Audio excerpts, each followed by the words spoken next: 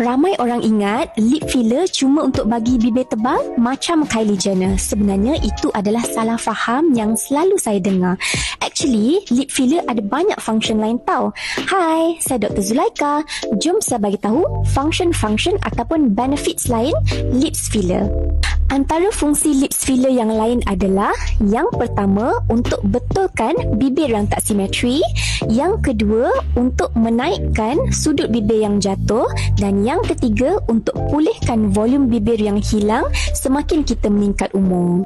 Satu lagi fakta tentang lips filler yang ramai tak tahu ialah lips filler actually boleh lembapkan bibir kita sebab usual ingredient yang kita gunakan untuk lips filler ialah hyaluronic acid. So hyaluronic acid ni property dia ialah dia dapat menarik air, so dia dapat retain moisture pada kawasan bibir kita.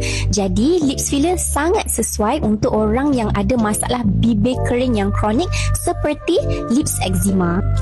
Jangan risau, hasil lip filler usually adalah natural jika dilakukan oleh doktor bertauliah yang memahami anatomi dan juga teknik yang betul. Takkan nampak overdone pun. Dan jangan risau, kalau satu hari rasa macam tak sesuai, ia boleh dicairkan dengan rawatan tertentu. So it's actually a non-permanent procedure. Anda nak dapatkan consultation tentang lips filler, bolehlah jumpa dengan doktor pilihan anda.